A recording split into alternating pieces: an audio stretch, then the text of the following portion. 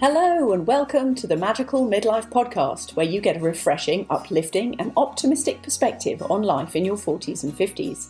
I'm your host, Lindsay DeSwart, and I'm delighted that you've joined us here today, so let's jump right in.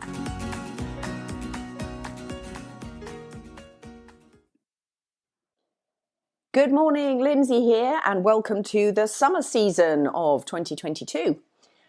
Today I am bringing you a lovely episode that we recorded way back 2021, with Stephanie O'Day. And Stephanie actually has her own podcast called Slow Living, which you can find on Apple Podcasts.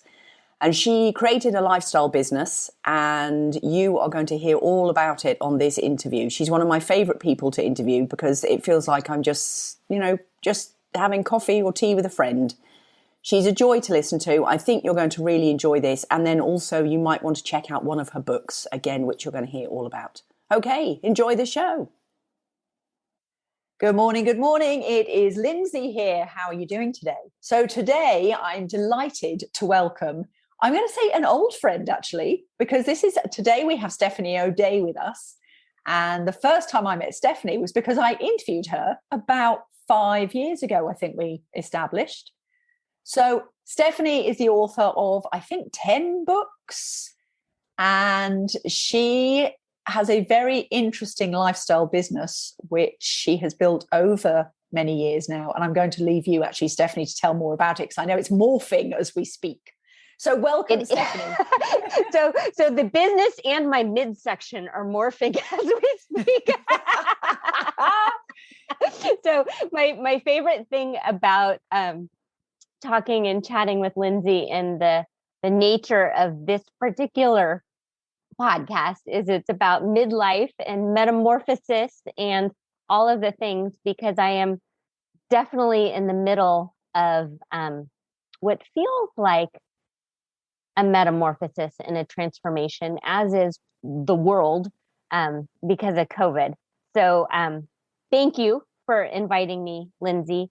And you're right. I was going through past emails and journal entries, and I think we chatted in 2016. Yeah. And we were talking about my business at the time. And I am known online or was as the crockpot lady. And that's because in 2008, I made a New Year's resolution to use my crockpot slow cooker every day for a year and write about it online. And it took off, and I was fortunate to have media attention and cookbooks come out and all of these things. And it was wonderful. And it was not what I had planned. And because I'm a little type A, the fact that it wasn't planned and not what I thought I would do when I grew up, it kind of threw me for a spin. And I felt a little out of control and kind of frantic and frenzied. And so you and I spoke in 2016. And then in 2017, my grandma got sick, and I was taking care of her and helping my mom. And then she ended up passing away at the end of 2017. And I felt the need to pull away from the business and from the internet. And I had this kind of like voice of God talking to me and telling me to slow down and chill out. And you started this business because you wanted to stay home with your kids, but now you're traveling and speaking and doing things, and that's not what you really want to do. And then the real big catalyst came with the arrival of the Instant Pot, which is essentially a pressure cooker. So all of my slow cooked crockpot recipes, book publishers and my literary agent were really pressuring me to translate into Instant Pot recipes. And I just didn't want to. And again, this sort of like from above voice is like, just because you can do something fast, it doesn't mean you should. And so since then, I've shifted my entire mindset, refocused on what is important to me, and that's my family, and slowing down and being mindful. And so now I coach and speak and teach about slow living. I still have slow cooker recipes because I still think it's an awesome way to cook, Yeah. but it's not my full on identity anymore. Wow. So you've actually answered about half of my questions with that explanation. So thanks. Because one of them was, what was the catalyst about you changing? And who knew that it was the Instant Pot? Wow. Well, and it's funny when you have that inner shift and you know what you want to do and you know what your guiding light is. But the world, society, the internet, all of the ads are telling you you're wrong. And no, you're supposed to use the Instant Pot. And this is the hot new thing. And Amazon sold 70,000 on Black Friday. And don't you want in on that? And this is the wave of the future. And go, go, go. And I really just kind of wanted to hide in my closet. Fair enough. Yeah. So that's, and especially because then you said you had the pressure coming from your publisher and everything with it. So that's kind of like the logical world kicking in, telling you where you should be going. That's tough. How did you deal with it? Well, I was told quite a few times that I was leaving money on the table and that I was making a big mistake. And I married an engineer. So Adam, who I love, the kids joke and call him Mr. Spreadsheet. So Mr. Spreadsheet was confused. Fair enough. As to why I wasn't interested in reaching out for the low-hanging fruit and why I wanted to sort of do this kind of major upheaval of what I was writing and teaching about. But there was more to me than getting dinner on the table. And the reason I started writing was because I wanted to help busy people and somewhat frantic-y feeling how to get dinner on the table people, help them in this kind of calm, cool, collected way. And why I was drawn to the crock pot is when I had babies in the house, it wasn't safe to be chopping onions with a crying toddler on my hip. So the fact that I could do it in the morning while they're calm, the kids are happy, I'm still highly caffeinated and coherent. It was peaceful. It was easy for me to plop it all in, push a button and walk away. And that's how I try and live my life of figuring out what the problem is and then finding the easiest and most simple shortcut to it. And so that's why I like the crock pot. Whereas the pressure cooker, yes, you can cook a frozen chicken in 45 minutes, but I don't want to. Yeah, seriously. I want to plan ahead. I want to have thawed the chicken the night before and that kind of thing. And that's okay. And I think it's a really healthy way of being, of tapping into, yes, I could do that, but it just doesn't feel right to do that. Yeah. So to follow that inner guidance. And would you say that inner guidance has become stronger as you got older? Yes, because I'm not scared to disappoint other people. And I'm realizing more and more, I would rather disappoint the naysayers on the internet and Mr. Spreadsheet, who I love. We've been married 22 years and he's wonderful. But I would rather do what feels correct and authentic to me than wake up feeling like I was a phony or just doing something for the money. So it's tricky because our society runs on money and I wish it didn't, but it's the fact. And now that I've moved through that and done the kind of mindset work on myself that I needed to, I can see that I was right all along. But when you're in the middle of this kind of like quicksandy feeling, it's very uncomfortable to trust your inner gut and your intuition and move through it. And so I do think that is a lovely part of growing older is you have enough life experiences stacked up to give you evidence that you're not stupid. And there's something there if you do follow through on trusting your intuition. Wayne Dyer used to always say, don't die with your music still in you. Yeah. And this is it for me, is I like helping people. I like teaching what I'm teaching and this kind of flow down principles. And I tell my coaching clients, I said, if we're lucky, life is long.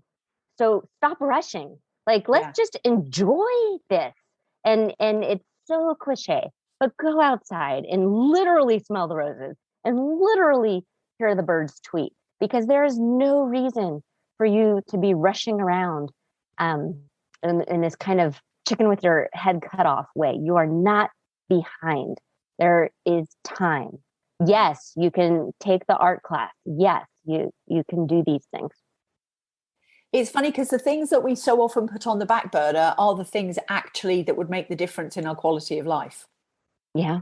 But because they maybe don't have a dollar return value to them, or because perhaps nobody else benefits directly, we for some reason think they're not important.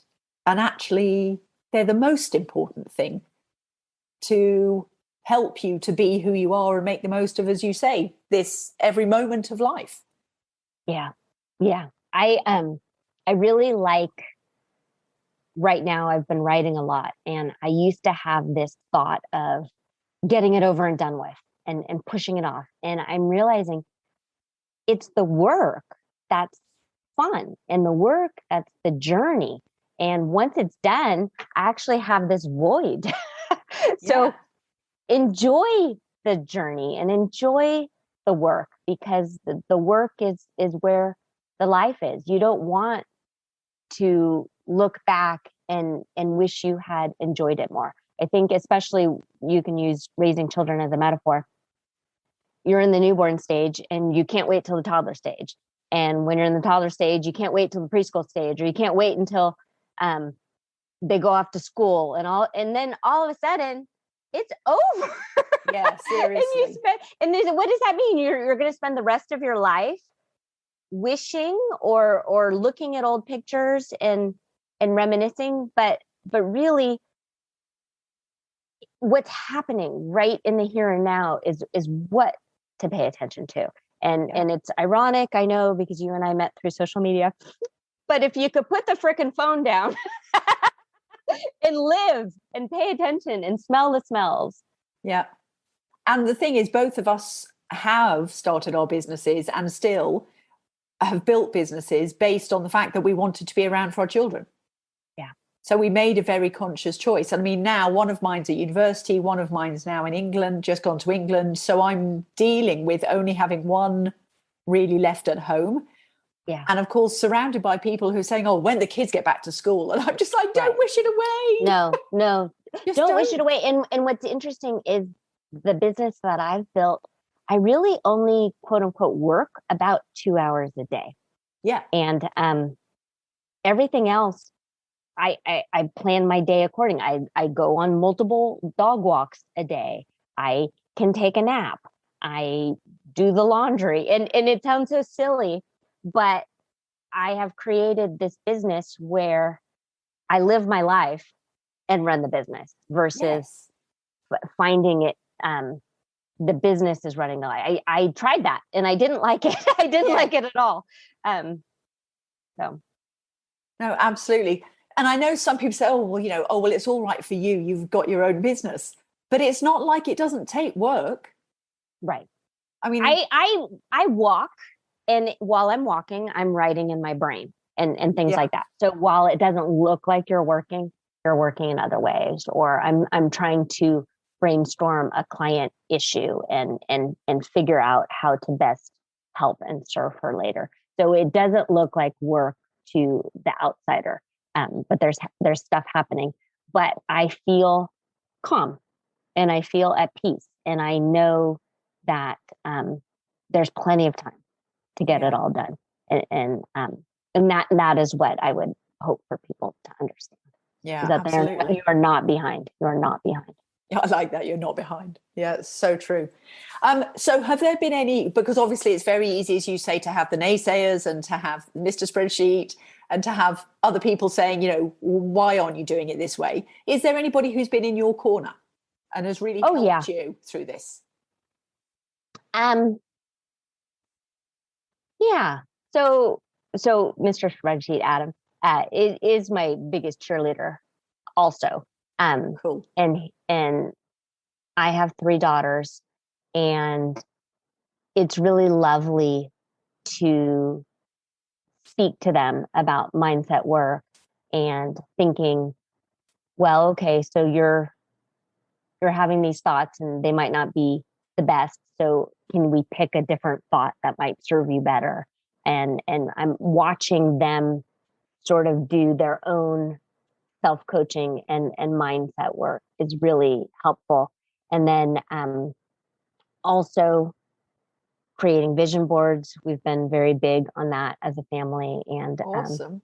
And I sort of joke that I manifested COVID because in 2020 on New Year's, So it's your fault. It's my fault. It's my fault. I created this lovely vision board on New Year's Eve at a coastal beach hotel. And it was just lovely. And so in huge letters, I had written flow and family and togetherness. And that's what you got. And it all came true. And then the funny thing is my youngest was 10 at the time, and her vision board was covered with puppies. And I said, no, we are not getting a dog. It's not going to happen. And then all of a sudden, we totally got a dog. We got Sheldon. Sheldon is a basset hound, so he is the epitome of a slow dog.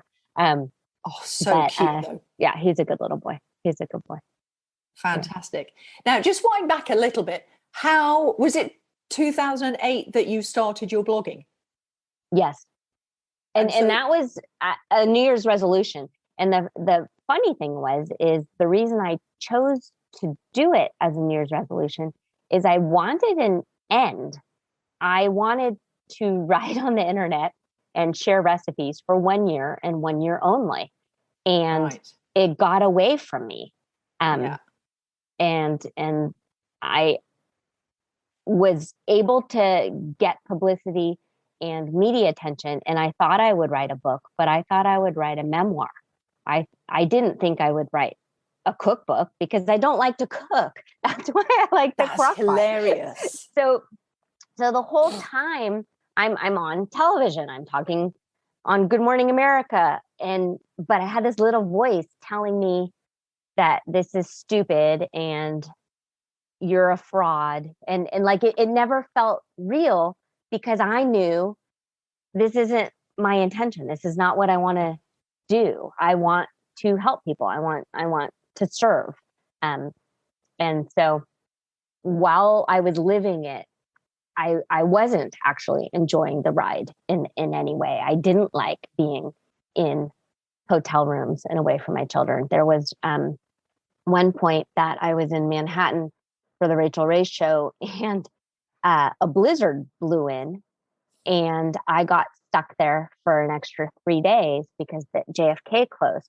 And so I have people texting me and messaging me and telling me I'm so insanely lucky because you get 3 extra days in Manhattan away from the family and you can do whatever you want.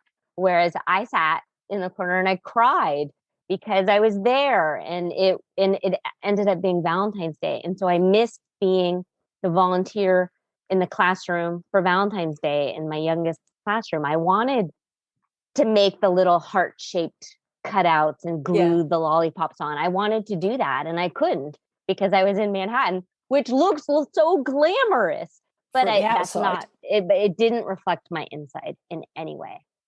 So. Yeah, so interesting. And isn't that often the case that sometimes we create a life for ourselves, which on the outside looks lovely and shiny and perfect, and on the inside you're just going, no, this isn't me. This isn't what I wanted. No, it wasn't. And so having grandma get sick and needing to slow down was one thing, but then also shifting into this kind of over 40 body and metabolism and sleep schedules and hormones was really kind of a wake up for me also, because I used to get away with an awful lot when I was in my 20s and 30s, and my metabolism bounced back, and I could sleep no matter what. And so that was also a good turning point for me to kind of slow down and pay attention to what my body was trying to tell me.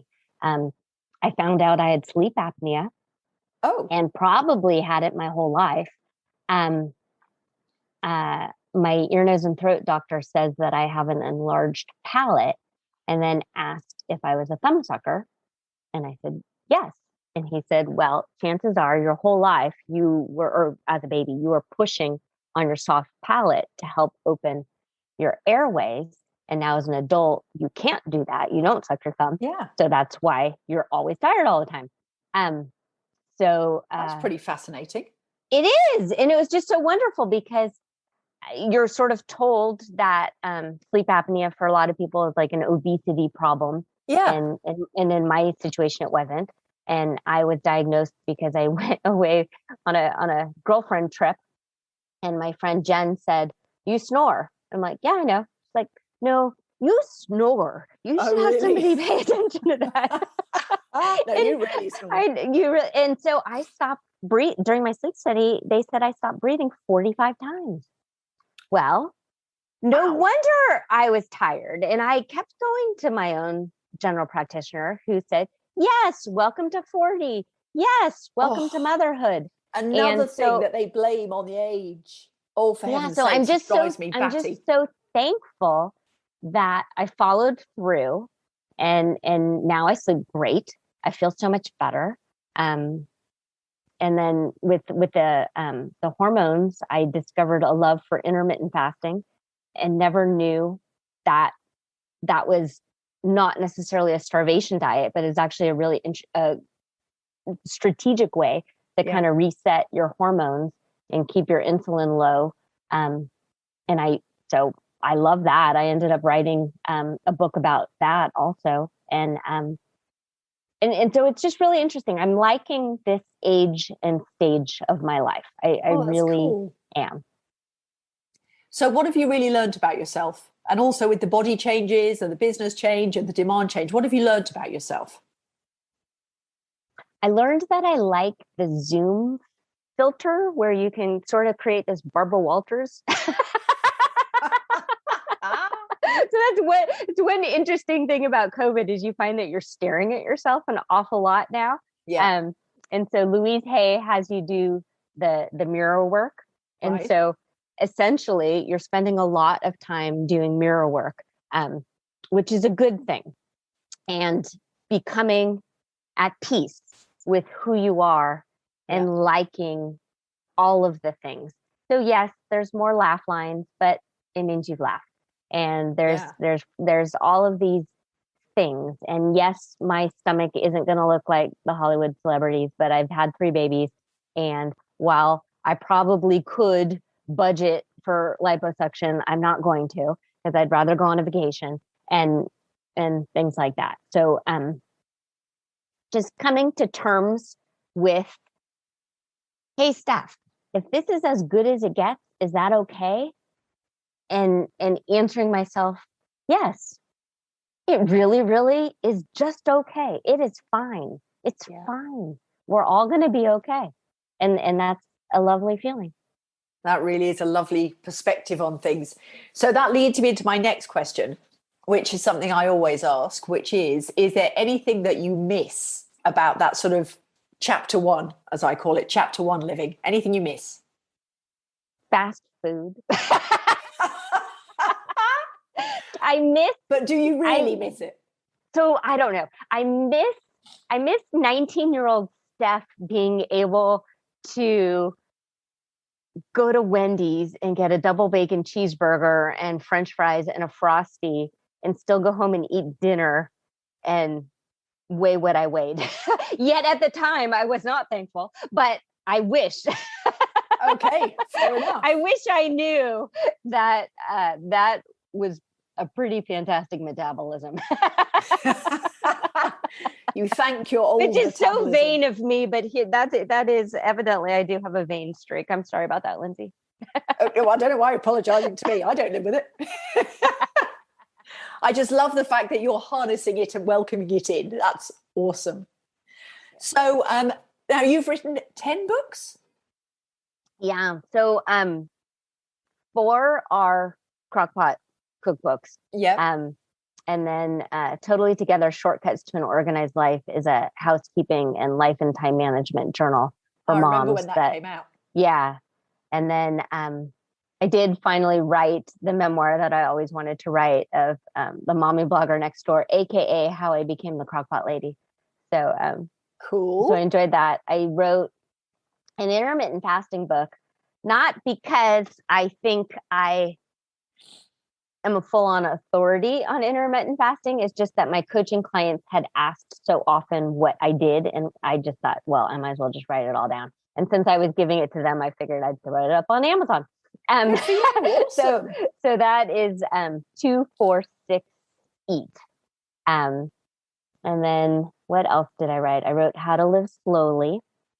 And I don't know, is that 10?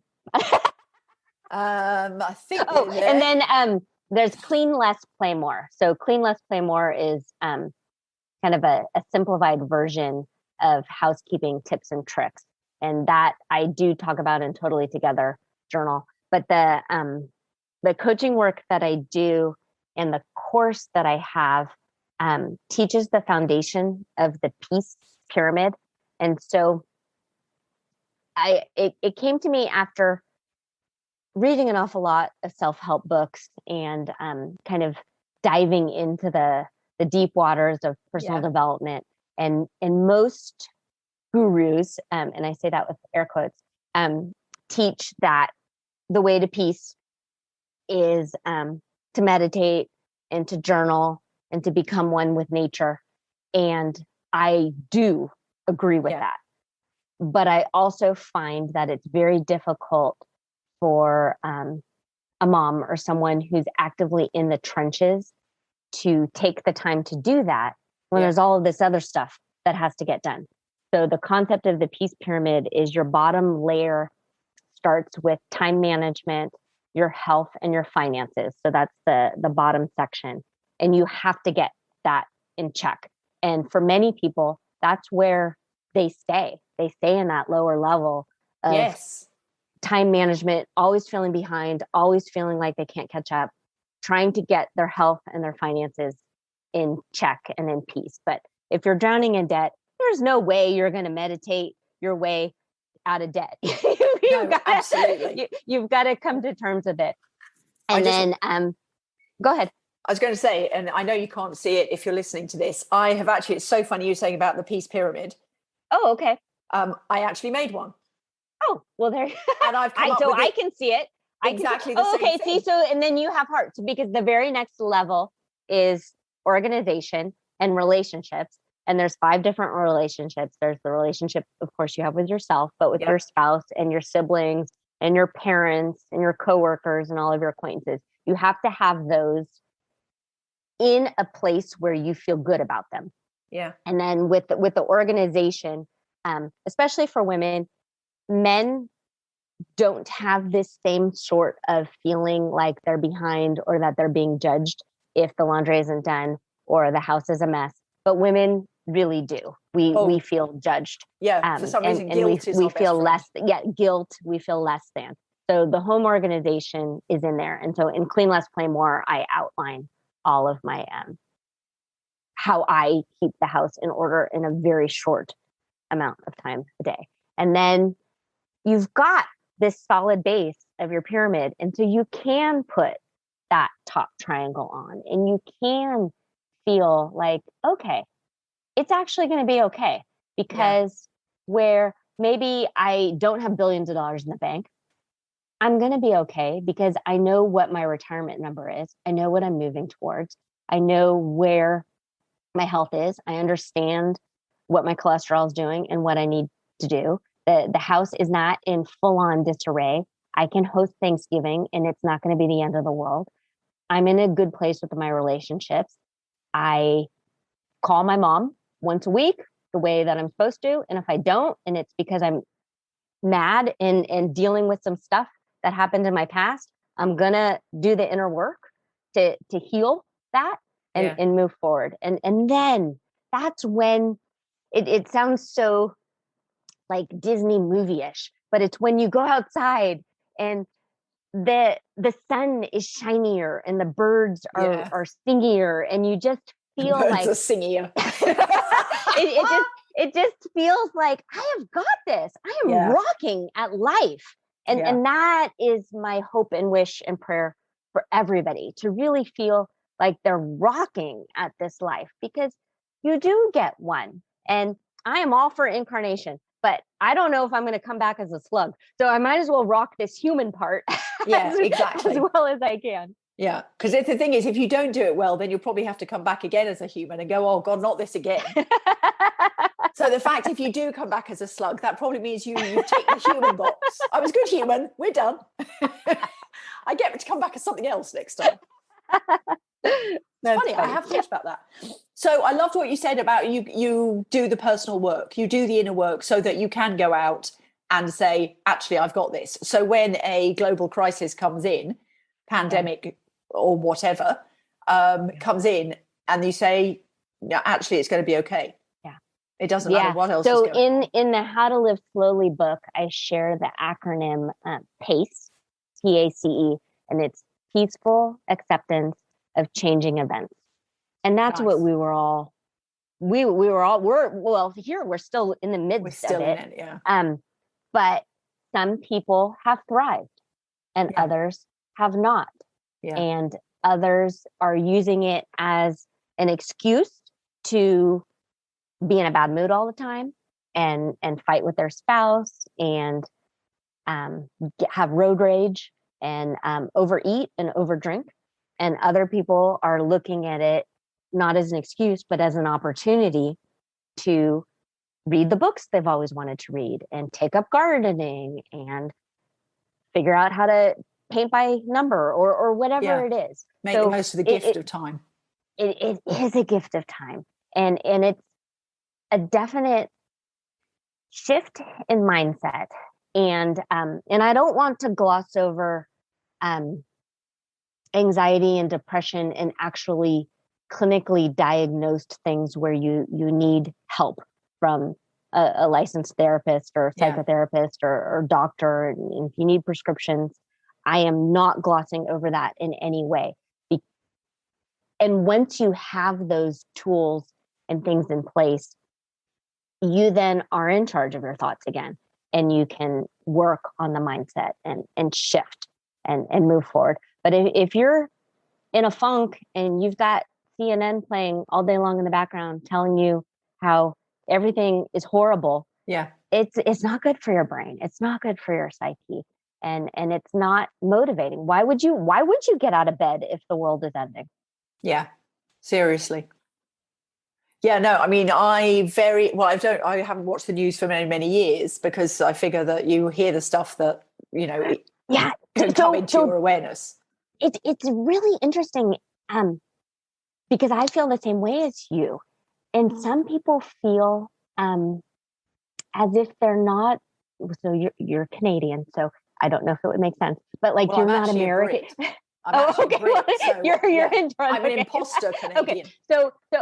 So maybe, I don't know if it translates in other countries, but do you feel unpatriotic? Do you feel like you're not a good Brit if you're not up on the news? Because people have told me that they feel un-American if they don't watch the nightly news. Oh, that's interesting. No, there is an element of people will think you're being naive and a bit stupid if you choose not to wallow in the misery of what's going on around the world. I had to come to peace with the decision that I chose not to wallow in the news because I didn't believe that A, I could do anything to help, and B, if it was only going to reduce my health and my happiness, then I was in an even weaker position to do anything to help. So quite frankly, what was the point?